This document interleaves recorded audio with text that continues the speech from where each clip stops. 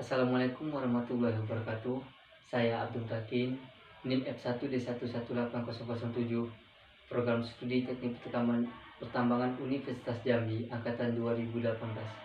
Baiklah, di sini saya akan menjelaskan sedikit materi tentang skema pembentukan batu bara menurut Heckman 1987, basis data, jenis analisis dan kualitas batu bara. Sebelum jauh kita membahas tiga materi tersebut, ada baiknya kita mengenal apa itu batu bara. Batu bara termasuk salah satu bahan fosil, dan pengertian umumnya adalah batuan sedimen yang dapat terbakar, terbentuk dari endapan-endapan organik, utamanya adalah sisa-sisa tumbuhan dan terbentuk melalui proses pembatubaraan. Unsur-unsur utamanya terdiri dari karbon, hidrogen, dan oksigen. Batu bara juga adalah batuan organik yang memiliki sifat-sifat fisika dan kimia yang kompleks yang dapat ditemui dalam berbagai bentuk. Pembentukan batu bara dimulai sejak zaman karbon, yang berlangsung antara 360 juta sampai 250 juta tahun yang lalu. Baiklah, kita langsung saja ke poin yang pertama, yaitu skema pembentukan batu bara menurut Heckman 1987. Materi pembentukan batu bara terdiri dari dua, yaitu dari tumbuhan dan binatang. Hampir seluruh pembentukan batu bara berasal dari tumbuhan. Jenis-jenis tumbuhan pembentuk batu bara dan umumnya, yang pertama adalah alga. Sangat sedikit endapan batu bara dari periode ini. Yang kedua, silofita. Dari zaman Prakambium hingga Ordovisium, dan bersejaman Silur hingga Devon Tengah, merupakan turunan dari alga. Sedikit endapan batu bara dari periode ini. Yang ketiga, Pteridophyta, umur Devon atas hingga Karbon atas. Materi utama pembentuk batu bara berumur karbon di Eropa dan Amerika Utara. Tumbuhan tanpa bunga dan biji, berkembang biak dengan spora dan tumbuh di iklim hangat. Yang keempat adalah Gymnospermae. Kurun waktu mulai dari zaman Permian hingga Kapur Tengah. Tumbuhan heteroseksual, biji terbungkus dalam buah. Simisalvinus mengandung kadar getah atau resin yang tinggi. Yang kelima adalah Angiospermae. Dari zaman Kapur atas hingga kini. Jenis tumbuhan modern, buah yang menutupi biji, jantan dan betina dalam satu bunga, kurang bergetah dibanding Gymnospermae, sehingga secara umum kurang dapat terawetkan. Pada tahapan kedua, yaitu rawa gambut atau mor. Berdasarkan pada tabel di samping, pada rawa gambut atau mor itu memiliki dua tempat yang terendapkan, atau dua tempat proses pengendapannya. Yang pertama ada autokton dan yang kedua aulokton. Autokton sendiri memiliki pengertian material yang tidak mengalami transportasi, dan aulokton adalah material yang mengalami transportasi dengan bantuan air. Material rawa gambut tersebut mengalami proses beatification atau proses penggambutan. Dalam proses tersebut, mikroba memiliki peranan yang sangat penting. Seiring dengan proses penggambutan, proses pembentukan humin dan penurunan keseimbangan biotektonik pun dapat berlangsung. Mulai dari proses penggambutan sampai pada tahap lignit disebut sebagai tahapan diagenesa atau fase biokimia, sedangkan pada lignit sampai dengan antrasit disebut sebagai tahapan metamorfosa atau fase geokimia. Proses pembentukan batu bara terdiri dari dua fase, yaitu fase biokimia atau diagenesa dan fase geokimia atau metamorfosa. Yang pertama kita bahas yaitu adalah fase biokimia atau diagenesa. Tingkatan biokimia atau biogenetik daripada metamorfisme organik adalah aksi organisme hidup, khususnya dominan bakteri.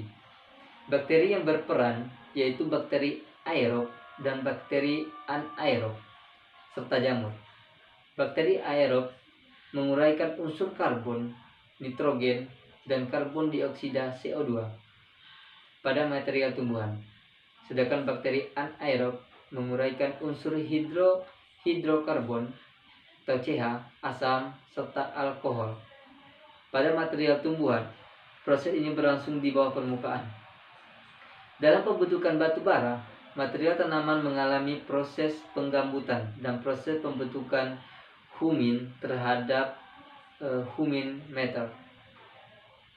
Yang kedua adalah fase geokimia atau metamorfisme. Fase geokimia, fase ini tidak ada lagi aktivitas organisme seperti bakteri, tetapi didominasi oleh pengaruh peningkatan temperatur dan tekanan, disebabkan oleh peningkatan kedalaman penemuan unsur organik di bawah tutupan sedimen.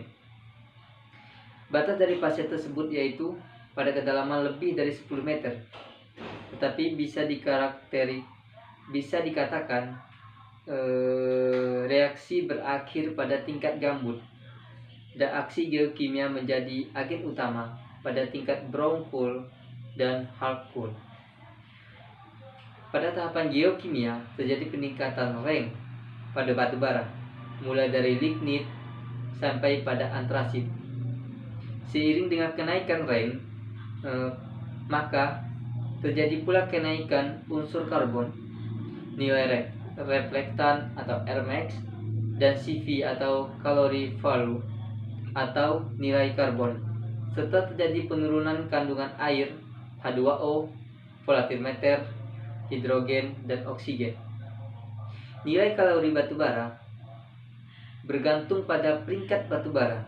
Semakin tinggi peringkat batubara, semakin tinggi nilai karbonnya. Pada batubara yang sama, nilai kalori dapat dipengaruhi oleh moisture dan juga abu. Semakin tinggi moisture atau abu, semakin kecil nilai kalorinya. Kandungan karbon secara sesuai pada rank batubara, yaitu gambut 55% karbon, lignit 60% karbon, subbituminus 70% karbon, bituminus 80% karbon, dan antrasit 95% karbon. Baiklah, kita masuk ke poin yang kedua, yaitu basis data. Perhatikan tabel di samping. Pada tabel di samping terdapat bagian-bagian yang memiliki pengertian. Yang pertama, surface moisture, yaitu air di luar permukaan. Yang kedua, inherent moisture, yaitu air di dalam pori-pori pada batu bara. Yang ketiga, ash, yaitu kandungan abu. Yang keempat, volatimeter, yaitu zat terbang. Yang kelima, fixed carbon, yaitu jumlah kalori. Dari bagian-bagian tersebut terdapat juga bagiannya di sampingnya, yaitu AR, AD, D, DAF, DMMF. AR adalah air reciprocate, AD adalah air drive, D drive basis, dry basis, DAF adalah dry ash free, dan DMMF adalah dry mineral matter free. Baiklah, di sini saya akan memberikan contoh kasus dalam basis data. Perhatikan tabel di samping. Pada studi kasus di samping terdapat 10 kg batu bara yang diambil langsung dari lapangan, kemudian dibawa sampai di lab, dan beratnya dari 10 kg menjadi 8,5 kg. Apakah yang hilang? Di sini yang hilang yaitu surface moisture, air di luar permukaan. Kemudian digerus menjadi 0,1 mm. Di sini diambil 2 sampel. Sampel yang pertama diambil 1 gram dan dipanaskan dengan suhu 100 derajat Celcius, dan sampel yang kedua diambil 1 gram juga dan dipanaskan dengan suhu 500 derajat Celcius dalam kondisi tertutup. Sampel yang pertama dipanaskan 100 derajat Celcius, kemudian ditimbang sehingga beratnya menjadi 0,85 gram. Setelah ditimbang, yang hilang yaitu inherent moisture, yaitu air di dalam pori-pori pada batu bara. Setelah ditimbang terus dibakar hingga tersisa abu, dan beratnya sisa abu dengan berat 0,05 gram. Di sini yang hilang yaitu volatimeter dan fixed carbon. Pada sampel yang kedua dipanaskan 500 derajat Celcius dalam kondisi tertutup. Yang tersisa yaitu fixed carbon dan abu ditimbang sehingga beratnya menjadi 0,5 gram. Di sini kita dapat menentukan nilai fixed karbonnya, yaitu dengan mengurangkan 0,5 gram dikurang 0,05 gram menjadi 0,45 gram. Baiklah, kita masuk ke poin yang ketiga. Poin yang ketiga yaitu jenis analisis dan kualitas batu bara. Perhatikan tabel berikut. Pada tabel berikut terdapat beberapa bagian, yaitu total moisture yang berguna untuk menentukan infos pengiriman dan perhitungan parameter-parameter dalam basis air. Yang kedua ada analisis proximat, yaitu data dasar untuk mendeskripsikan tipe batu bara. Terdapat 4 bagian, yaitu inherent moisture, as, volatimeter, dan fixed carbon. Yang ketiga ada calorific value, yaitu representasi nilai batu bara sebagai bahan bakar. Yang keempat ultimate analysis, biasanya ditentukan sebagai analisis dari sampel yang sudah bebas dari kelembapan permukaan dan kelembapan dan kandungan mineral dari sampel. Berikutnya ada as analisis, yaitu berguna untuk memprediksi perilaku abu, juga untuk mengidentifikasi kandungan konsentrasi tinggi komponen tertentu yang dapat memberikan permasalahan dalam aplikasi. Berikutnya ada as fusion temperature, berguna untuk memprediksi perilaku abu secara normal diukur di bawah kondisi oksidasi maupun reduksi. Berikutnya ada form of sulfur, dapat memberikan informasi disposisi sulfur selama pemanfaatan dari hasil sulfur selama proses pembakaran dan karbonisasi. Berikutnya ada track analysis. Track analysis dibagi menjadi beberapa, yaitu arsenik, boron, klorin, fluorin, dan fosforus, yaitu mengidentifikasi unsur-unsur jejak yang terkonsentrasi dalam batu bara. Berikutnya ada Hard Groove Index atau HGI, berguna untuk memperkirakan tingkat ketergerusan batu bara. Dan berikutnya ada Abrasion Index, yang berguna untuk memperkirakan pemakaian jenis mill. Berikutnya ada Free Swelling Index, Roga Index, Greiking, Cook Taper, dilatometri, dan plastometri, yang berguna untuk memperkirakan penentuan jenis batu bara yang bisa dijadikan kokas. Baiklah, yang terakhir saya akan menampilkan persyaratan batu bara untuk beberapa perusahaan. Yang pertama, persyaratan batu bara untuk kokas. Yang kedua, persyaratan batu bara untuk pabrik semen. Dan yang ketiga, persyaratan batu bara untuk PLTU.